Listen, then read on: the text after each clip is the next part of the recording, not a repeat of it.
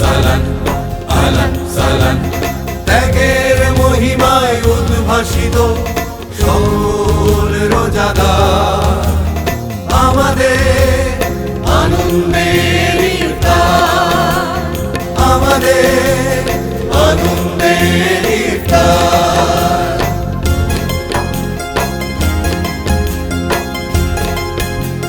আসসালামু আলাইকুম প্রিয় দর্শক, আমাদের আনন্দের ইফতারের অনুষ্ঠানে আপনাদেরকে স্বাগত জানাচ্ছি। আমি ঐন্দ্রিলা আহমেদ। রমজানুল মুবারক। আনন্দের ইফতার মানেই প্রতি পর্বে নতুন নতুন রান্না, নতুন নতুন রেসিপি। প্রতি পর্বে আমরা আপনাদের জন্য নিয়ে আসি একজন রন্ধনশিল্পী, একজন শেফ এবং একজন সেলিব্রিটিকে। আজকের অনুষ্ঠানে যেসব রেসিপি রয়েছে চলুন এক নজরে দেখে আসি।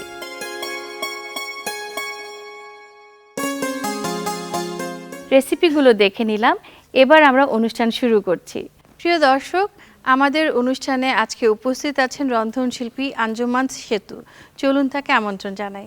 আসসালামু আলাইকুম আপু। ওয়ালাইকুম আসসালাম, কেমন আছো? ভালো আছি, আপনি কেমন আছেন? আলহামদুলিল্লাহ ভালো আছি। রমজানুল মুবারক। তোমাকেও রমজানুল মোবারক। আমাদের আনন্দের ইফতারে এসেছেন, আমাদের দর্শকদের জন্য আপনি কি উপহার দিবেন? ছোলা পাস্তার সালাদ। ছোলা পাস্তার সালাদ, নতুনত্ব আছে বোঝা যাচ্ছে। প্রিয় দর্শক, ছোলা পাস্তার সালাদ তৈরি করার জন্য কি কি উপকরণ লাগছে চলুন দেখে আসি। পাস্তা, শসা, চিনি, টমেটো, ছোলা, লেবু, চিলি ফ্লেক্স, মেয়োনিজ, লেটুস পাতা।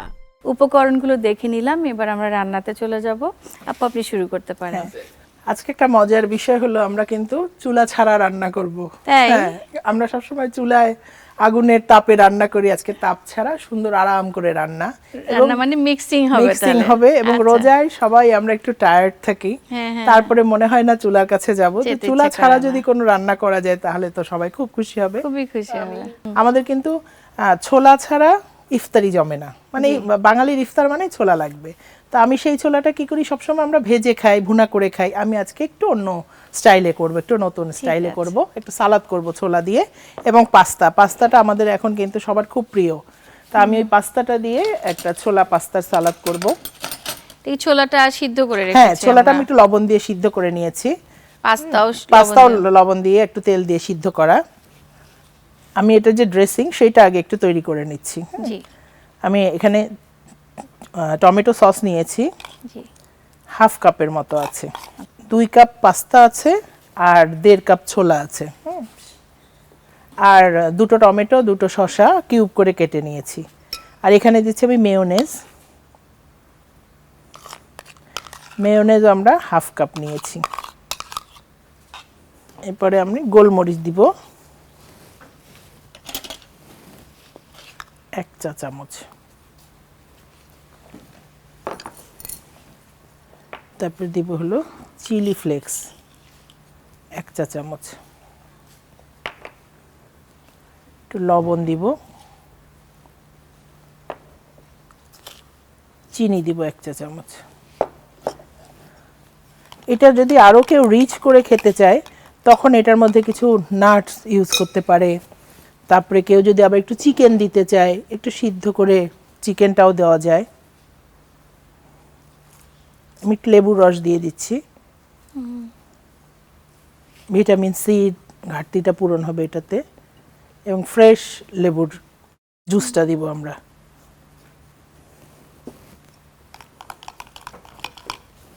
এটা কিন্তু করে আমরা ফ্রিজে রেখে দিব, ঠান্ডাটাও আমরা খেতে পারবো। ইফতারির আগে বের করে ঠান্ডাটা খেলাম। পুরো মিক্সিংটা করে হ্যাঁ, ফ্রিজে mixing রেখে করে খাওয়া ফ্রিজে, যায় হ্যাঁ। পরে। আচ্ছা আচ্ছা, গুড। ছোলাটা দিলাম, ছোলাটা এখানে 1 কাপ 1 কাপ আন্দাজে আছে। এটা আগের দিন ভিজিয়ে রেখে? হ্যাঁ, আগের দিন ভিজিয়ে রেখে পরে লবণ দিয়ে, শুধু লবণ দিয়ে সিদ্ধ করেছি। ওকে। পাস্তাটা দিয়ে দিচ্ছি, শসা নিয়েছি কিউব করে কেটে নিয়েছি। আর এই যে টমেটোটা যখন আমরা দিব খেয়াল রাখতে হবে আমরা বিচিটা দিব না। আচ্ছা। বিচিটা দিলে পানি উঠে যায়। ও আচ্ছা। আমরা কিন্তু শসা এবং টমেটো দুটোরই বিচি ফেলে দিয়েছি, তাহলে এতে পানিটা উঠবে না। ওকে। প্রিয় দর্শক, আপু যেরকম করে বললেন আমরা টমেটো এবং শসার সিডসগুলো আমরা ফেলে দেব, এবং ওইভাবেই আমরা আগের থেকে রেডি করে রেখে জাস্ট মিক্সিং করছি। সব কিছু কিন্তু সিদ্ধ করে রাখা, পাস্তা সিদ্ধ করা আছে, আমাদের যে ছোলা বুটটা ইউজ করা হচ্ছে সেটাও সিদ্ধ করা, এখন জাস্ট মিক্সিং। তো অনেকে আমরা তো ইফতারের আগে টায়ার্ড ফিল করি, কিন্তু আইটেম লাগবে, এরকম জাস্ট ভিজিয়ে রাখলে, তারপরে সিদ্ধ করে রাখলে, তারপর মিক্সিং করে এটা পরিবেশন করা যায়। এবং আরেকটা মজার বিষয় হলো, এটা তৈরি করে ফ্রিজে রেখে দিতে পারেন, জাস্ট বিফোর আজান আপনি বের করলেন, টেবিলে দিলেন, সবাই খেয়ে নিল। এবং এটা কিন্তু একটা ফুল মিল হয়ে যাচ্ছে। হ্যাঁ, ভিটামিন আছে, প্রোটিন আছে, কার্বোহাইড্রেট আছে, আর যে শসা আছে, লেবুর রস আছে, টমেটো, এগুলো ভিটামিন। আর আমরা কিছু লেটুস পাতা দিব এর ভিতরে, একটু কালার Colour add আছে এবং করছি, হেলদিও। বাহ, নাইস। এটা কিন্তু খুবই ঝামেলা ছাড়া একটা খাবার। সবকিছু যদি আগে থেকে সিদ্ধ করেই রাখা যায়। আমরা যে সালাদ বারে খেতে যাই ওখানেও তো এই এরকম এরকম করে থাকে, দেওয়া হ্যাঁ, থাকে, দেওয়া এবং আমি থাকে। খুব শখ করেই খাই, খুব হেলদি। আর বাচ্চারা কিন্তু পাস্তা খুব পছন্দ করে। এই এক উসিলে ওদের একটু সালাদও খাওয়া হ্যাঁ, যাবে। সালাদও খাওয়া হয়ে যায়। ওরা অনেকেই রাতে আর খাবার খেতে চায় না, কিন্তু তখন জি। এটা খেলে ওদের ফুল মিল হয়ে যায়।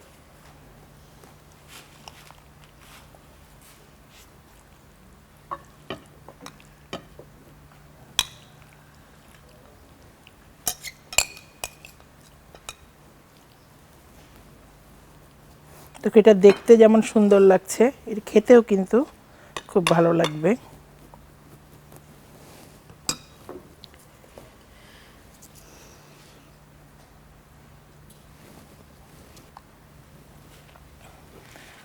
অঞ্জিলা, তৈরি হয়ে গেল আমার আজকের ইফতারের একটি ঝটপট আইটেম, ছোলা পাস্তার সালাদ। থ্যাংক ইউ আপু, অনেক সুন্দর একটা রেসিপি, খুব হেলদিও।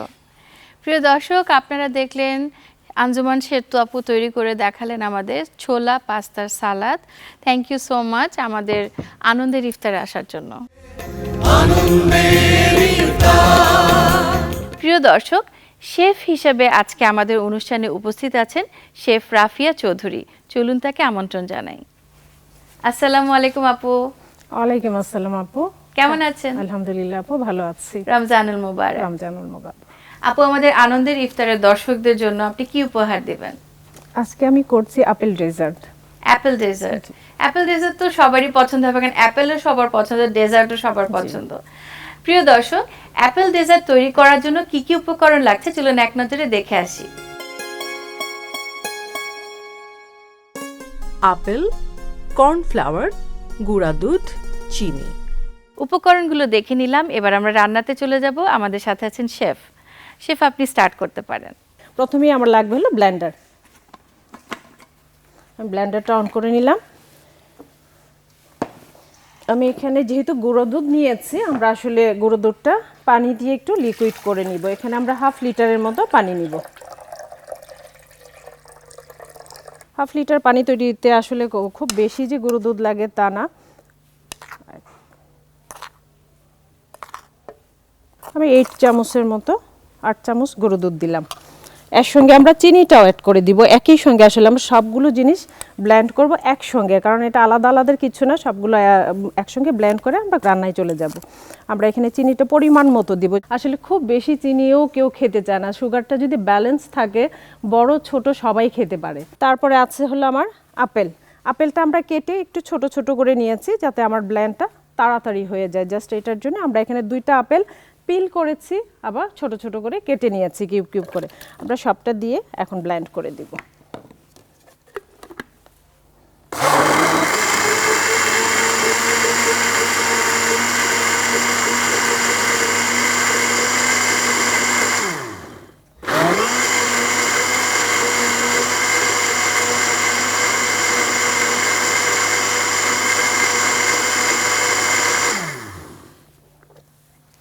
আমার ব্লেন্ড হয়ে গেছে। আমরা একটা রান্নার জন্য পাতিল নেই, যেটার মধ্যে আমরা আসলে এটা রান্না করব। আপেলটা যেহেতু আমি ব্লেন্ড করেছি, এটার মধ্যে ফাইবার থাকতে পারে, ছোট ছোট সবটা ব্লেন্ড ইকুয়াল নাও হতে পারে, যার জন্য আমরা এটা একটু স্ট্রেন করে নিব।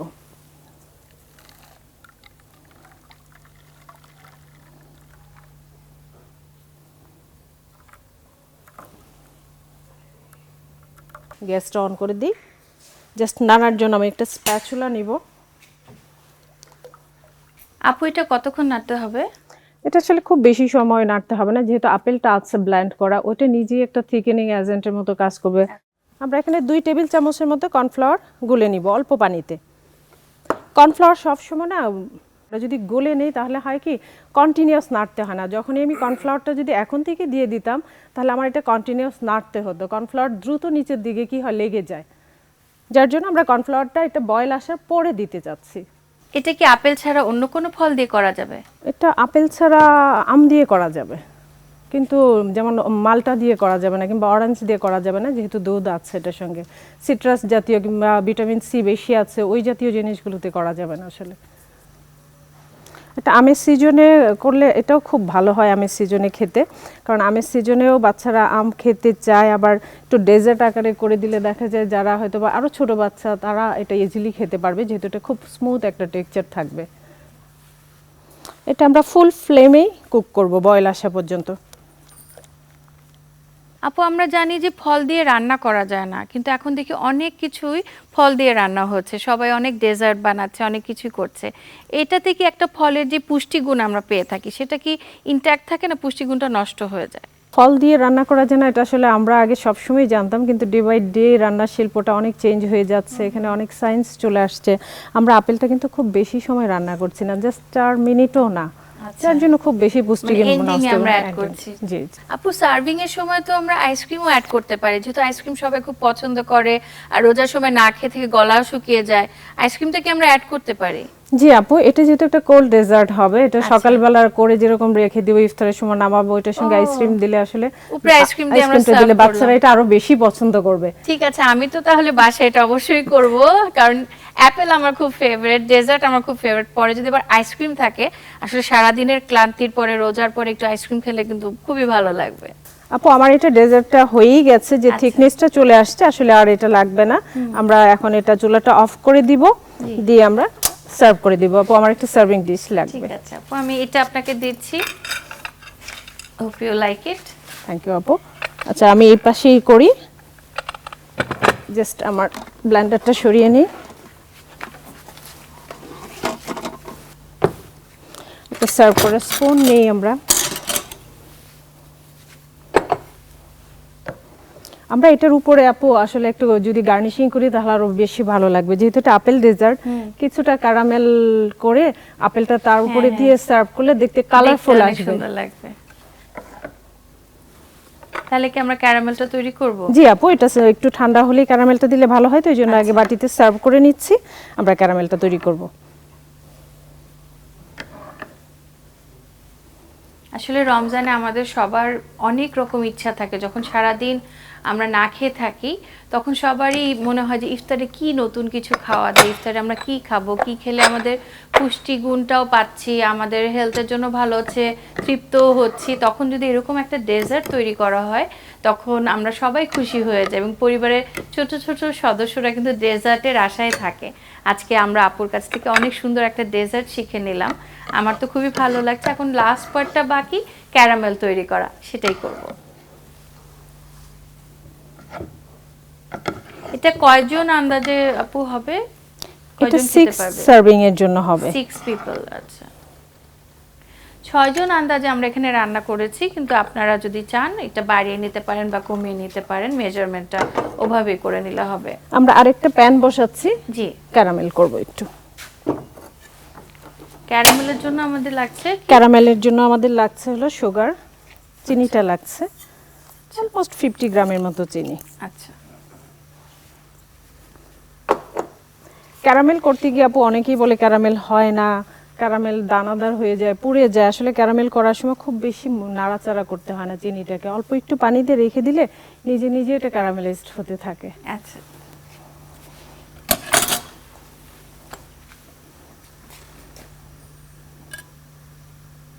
জাস্ট মিডিলে আমরা অল্প একটু পানি দিয়ে রেখে দিব, নিজে নিজেই হয়ে যাবে। জি আপু।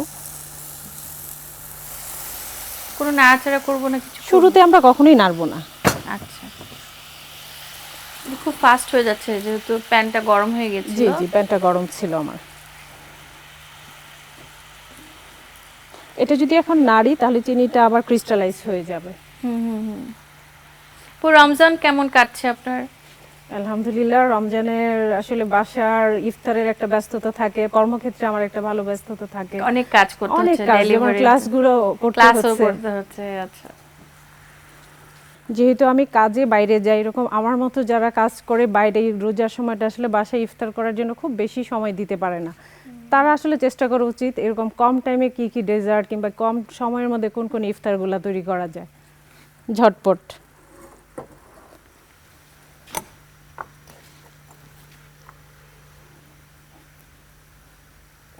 এটা যখন সাইড দিয়ে একটু কালার চলে আসবে তখন আমরা একটু নেড়ে দিব। আচ্ছা,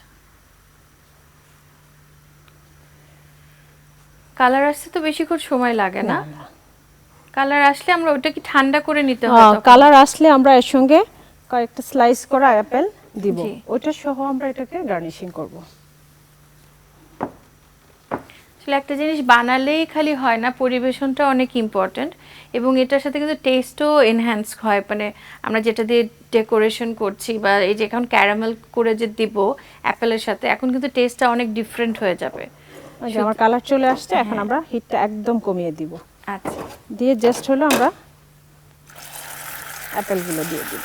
বাচ্চারা তো অ্যাপেল খুব পছন্দ করে, আমিও খুব পছন্দ করি, তো বড়রাও পছন্দ করি, আমি যেটা মিন করছি। তো এরকম একটা ডেজার্ট করলে সবাই খাবে। অনেকে আছে অনেক কিছু খায় না বলে, অ্যাপেল খায় না এরকম বলে, কেউ আমি পেয়ে পাইনি কখনো। জি আপু, সেটাই। আমার ক্যারামেলটা হয়ে গেছে, আমরা এটা একটু গার্নিশ করে দিচ্ছি।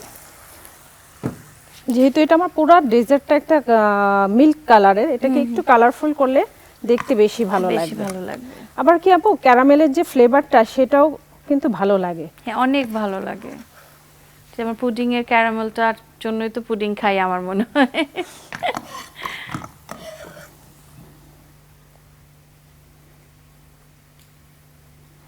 মনে হলো কি একটা অর্নামেন্ট করিয়ে দেওয়া হয়েছে, তাই না দর্শক? এতক্ষণ কিন্তু ডেজার্ট অন্যরকম লাগছিল দেখতে, এখন এটা ক্যারামেলাইজ করাতে অ্যাপেলটাকে এখন মনে হচ্ছে একটা অর্নামেন্ট করিয়ে দেওয়া হয়েছে। কেউ যদি চায়, আমি যেরকম অল্প একটু ক্যারামেল দিয়েছে, আসলে কি রোজায় আবার সবার কথাই ভাবতে হয়, যেমন বাসায় যারা সিনিয়র থাকবে তারাও এটা খেতে পারে, সুগারটা তখন আবার একটু বেশি মনে হতে পারে, সবাই তো এতটা সুগার নিতে পারবে না। আপা, আমার apple dessert ready. Thank you আপু। প্রিয় দর্শক, আপনারা দেখলেন আপু কত সুন্দর করে আমাদের একটি ডেসার্ট তৈরি করে দেখিয়েছেন। অ্যাপেলের পুষ্টিগুণও আমরা পাচ্ছি, এখানে মিল্ক ইউজ করা হয়েছে, তারও পুষ্টিগুণ পাচ্ছি, এবং এটি আমাদের সবার মানে পরিবারের সব সদস্যদের জন্যই খুব উপকারী একটি হেলদি ডেজার্ট। আপু, থ্যাংক ইউ সো মাচ, এত সুন্দর একটা রেসিপি করে দেখিয়েছেন, আমাদের অনুষ্ঠানে এসেছেন, আপনাকে অনেক ধন্যবাদ। থ্যাংক ইউ আপু। প্রিয় দর্শক, আমাদের আনন্দের ইফতার অনুষ্ঠানে আজকে সেলিব্রিটি পর্বে উপস্থিত আছেন নৃত্যশিল্পী এবং অভিনয়শিল্পী নিসা। হ্যালো নিসা, কেমন আছো? আলহামদুলিল্লাহ ভালো আছি আপু, তুমি কেমন আছো? আমি ভালো আছি। রমজানুল মোবারক। রমজানুল মোবারক। আজকে আমার রান্নার অনুষ্ঠানে তুমি এসেছো, খুব ভালো লাগছে। রোজার সময় অ্যাক্টিভিটিস কি, এবং মিডিয়ার কাজও তো নিশ্চয়ই থাকে, শুটিং টুটিং থাকে, আর সংসারের কাজও আছে, একটু বলো। রোজার সময় অ্যাক্টিভিটিস যেটা আছে, একদম সংসারের কথা বললে সেহরি করা, তারপর রোজা রাখা, রান্না বান্না। তো যেহেতু আমার একজন কন্যা সন্তানের মা আমি, সে এবার ক্লাস 1-এ পড়ে, তার জন্য তো রান্না বান্নার আয়োজন রাখতে হয়, যেহেতু সে এখনো রোজাটা রাখা প্রপারলি শুরু করেনি। এর বাহিরে হলো বিকেল থেকে শুরু হয়ে যায় ইফতারের আয়োজন, এভাবে আর কি সংসার লাইফটা। আর এর পাশাপাশি হলো যখন কোনো শুটিং থাকে, নাচের অনুষ্ঠান বা নাটকের অনুষ্ঠান, তখন দেখা যায় যে ওই রোজা রেখেই বাসা সব কিছু রেডি রেখে, একটু তৈরি রেখে, আমার বোনের সহযোগিতায় হলো আমি বাইরে কাজে যাই। আমি এখন তোমাকে আমাদের রান্নাঘরে নিয়ে যাব, ওখানে গিয়ে আমরা বাকি গল্প করব। চলো যাই।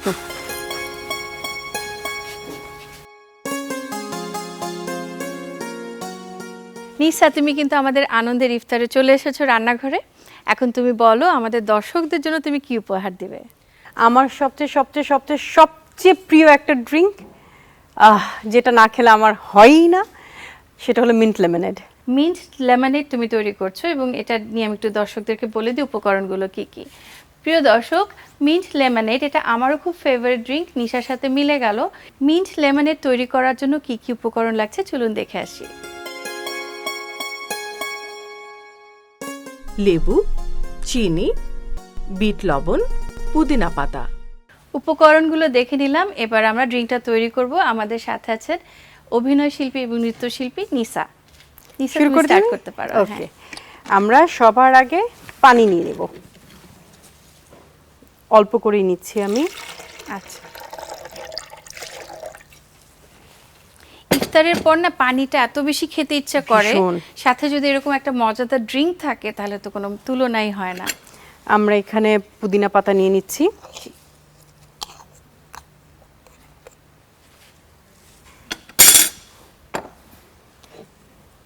লেবুটা নিচ্ছি। এই লেবুর বিষয়টা কি টোটালি স্বাদ মতো আর কি। কেউ হয়তো লেবু খেতে বেশি পছন্দ করে, সেক্ষেত্রে লেবুর পরিমাণটা বাড়িয়ে দিবে। আবার কেউ আছে লেবুটা একটু কম পছন্দ করে খেতে, সেক্ষেত্রে লেবুর পরিমাণটা কমিয়ে দিবে। এটা হলো টোটালি ডিপেন্ড করছে নিজের স্বাদ অনুযায়ী। সেটাই, যেমন আমি লেবু ব্যক্তিগতভাবে খেতে ভীষণ পছন্দ করি। আমিও লেবু ছাড়া এমনি লাঞ্চ ডিনারও করতে পারি না, আমার লেবু লাগবে টেবিলে। এরপর আমি দিয়ে দিচ্ছি চিনি। চিনিটা আসলে আন্দাজ মতো, কেউ এর বদলে মধু ইউজ করতে পারেন। চিনি যদি আর সারাদিন না খেয়ে রোজা রাখার পরে কিন্তু একটু চিনি খাওয়া যায়, কারণ আমাদের বডিতে একটু সুগার ব্যালেন্স, দরকার ইনসুলিন আছে। দরকার আছে। এরপরে দিচ্ছি একটু বিট লবণ। বিট লবণটা না দিলেই নয় একেবারেই। আপু আমি শুরু করছি।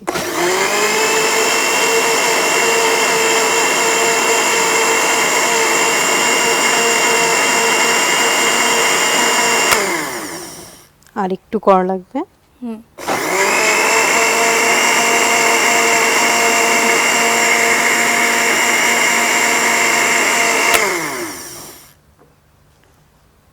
হয়ে গেছে অলমোস্ট, তুমি ইচ্ছে করলে একবার দিতে পারো, নাহলে ডান। আমার মনে হয় একটু দিতে হবে, হ্যাঁ। একটু ছোট ছোট পাতা আছে।